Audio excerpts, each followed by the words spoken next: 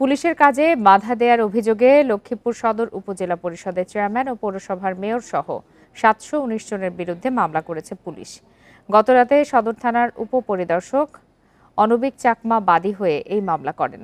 প্রিয় নম্বর সেট করে বিকাশে সেন্ড মানি করুন ফ্রি। পুলিশ জানায় ৪ আগস্ট লক্ষ্মীপুরের মাদাম ব্রিজ ও ঝুমুর এলাকায় বৈষম্য বিরোধী ছাত্র আন্দোলনে অংশ নেয় ছাত্র জনতা। পরিস্থিতি স্বাভাবিক রাখতে পুলিশ আদালতের সামনে অবস্থান নেয়।